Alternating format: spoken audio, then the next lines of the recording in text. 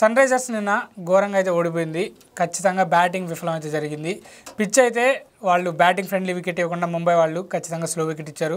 So దానికి తగ్గట్టే కొంచెం పవర్ ప్లేలో కొంచెం చూసి ఆడారు, కానీ రన్స్ రాలేకపోయినా వికెట్లు అయితే నిలబెట్టుకున్నారు.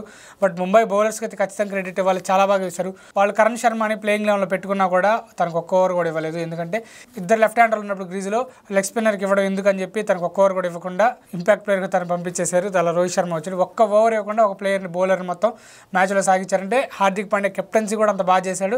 అలాగే విల్ జాక్స్ కూడా ఆఫ్ స్పిన్నర్ కాబట్టి ఇద్దరు లెఫ్ట్ హ్యాండర్లకు బాగా వేయడం జరిగింది. ఇక బుమ్రా అయితే డెత్ బౌలింగ్ అయితే బీభత్సంగా వేశాడు. సన్ రైజర్స్ ఎక్కడ మ్యాచ్లో అర్థమైపోయింది, సన్ రైజర్స్ టీంకి ఇంక ఎవరు కూడా బ్యాటింగ్ పిచ్లు ఇవ్వరు, అందరు బౌలింగ్ పిచ్చెస్ వేస్తారు. ఎందుకంటే మనోళ్ళు బ్యాటింగ్ బీభత్సంగా ఉంది కాబట్టి. ఇక మనోళ్ళు ఇప్పటివరకు మనోళ్ళు ముంబై గ్రౌండ్లో 14 మ్యాచ్లు ఆడితే రీసెంట్గా 12 మ్యాచ్లు ఓడిపోయారు, 2 మ్యాచ్లు మాత్రమే గెలిచారు. సో అంత వరస్ట్ రికార్డు ఉంది. నిన్న కూడా ట్రావిస్ హెడ్ అయితే లాస్ట్ వరకు పోరాడాడు, కానీ పిచ్ బ్యాటింగ్ అనుకూలించినప్పుడు అయితే రొటేట్ చేసే ఇంటెంట్ లేకుండా ప్రతి షాట్లు ఆడతా అవి మిస్కనెక్ట్ అవుతా ఇక తప్పకైతే రొటేట్ చేశాడు. ఇక లాస్ట్కి ట్రావిస్ హెడ్కి ఒక లైఫ్ కూడా వచ్చింది, తను అవుట్ అయ్యాడు. ఆ బాల్ నో బాల్గా తెలియంది, అప్పుడైనా ఆడతాడు అనుకుంటే అప్పుడు కూడా ఆడలేకపోయాడు. నిన్న నితీష్ రెడ్డి కూడా విఫలమయ్యాడు. అలాగే క్లాసిన్ కొంచెం క్యామ్ ఆడాడు. అభిషేక్ శర్మ అయితే పర్లేదు అనిపించాడు. ఇక లాస్ట్లో అనికేత్ వర్మ అలాగే కమిన్స్ కొంచెం క్యామెస్ ఆడడంతో అయితే స్కోర్ అయితే ఒక డీసెంట్ స్కోర్ అయితే చేశారు. బట్ తర్వాత ముంబై ఎక్కడ కూడా వెనక్కి తిరిగి చూసుకోలేదు. వచ్చిన ప్లేయర్ వచ్చినట్టు క్యామెస్ ఆడడం వెళ్ళిపోయారు. స్టార్టింగ్ విత్ రోహిత్ శర్మ మంచి క్యామె ఆడాడు, మంచి 2-3 షాట్లు కొట్టాడు. షమీ బౌలింగ్లో ఒక మంచి ఫుల్ షాట్ ఆడాడు. అలాగే కమిన్స్కి ఒక మంచి సిక్సర్ కొట్టాడు.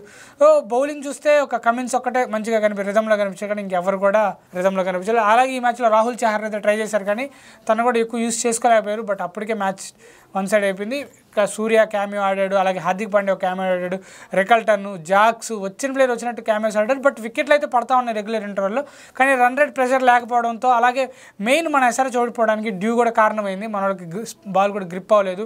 ఆల్రెడీ స్లో పిచ్, మళ్ళీ ఈ స్లో పిచ్ తగ్గట్టే డ్యూ వచ్చింది, మనోళ్ళకి బౌలింగ్ గ్రిప్ కాలేదు, స్కోర్ కూడా ఎక్కువ చేయలేకపోయారు. కాబట్టి ఈ మ్యాచ్ అయితే చాలా డిసప్పాయింటింగ్ ఫ్యాన్స్, ఎస్ఆర్హెచ్ ఫ్యాన్స్కి అలాగే క్రికెట్ ఫ్యాన్స్కి.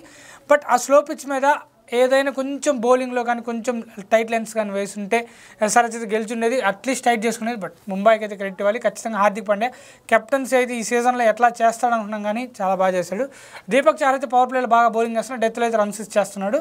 బట్ బోల్ట్ని డెత్లో యూజ్ చేసుకున్నారు, ఇది కొంచెం ఇంట్రెస్టింగ్గా మారింది. అలాగే బుమ్రా అయితే ఎక్కువ స్లోవర్ బాల్స్ వేశాడు. 70% ఆఫ్ ద బాల్స్ బుమ్రా వేసినన్ని స్లోవర్ బాల్సే, అవి మన వాళ్ళు పిక్ చేయలేకపోయారు. బట్ అక్కడే మ్యాచ్ పోయింది. బట్ బుమ్రా లాంటి బౌలర్ని కూడా మన వాళ్ళు టార్గెట్ చేయాలని చూశారు, కానీ అది వర్కౌట్ అవ్వలేదు.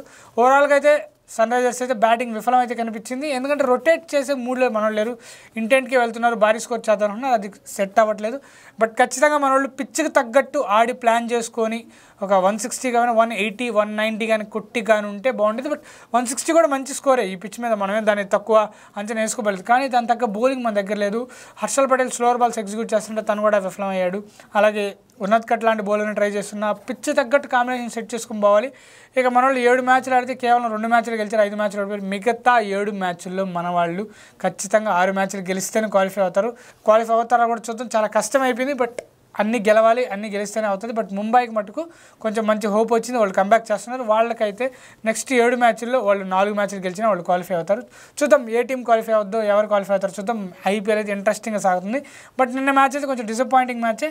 బట్ ఓవరాల్గా అయితే ఒక లో స్కోరింగ్ థ్రిల్లర్ అయినా చూద్దాం అనుకున్నాం, బట్ అది కూడా జరగలేదు. ముంబై అయితే బ్యాటింగ్లో, బౌలింగ్లో, ఫీల్డింగ్లో కూడా రాణించి అయితే గెలిచేశారు. సో ఇది ఈ మ్యాచ్ రివ్యూ. సో మీరు ఏమనుకున్నారు కూడా కామెంట్ చేయండి, లైక్ చేయండి, షేర్ చేయండి, సబ్స్క్రైబ్ చేసుకుని ఉంటాను. By, thanks.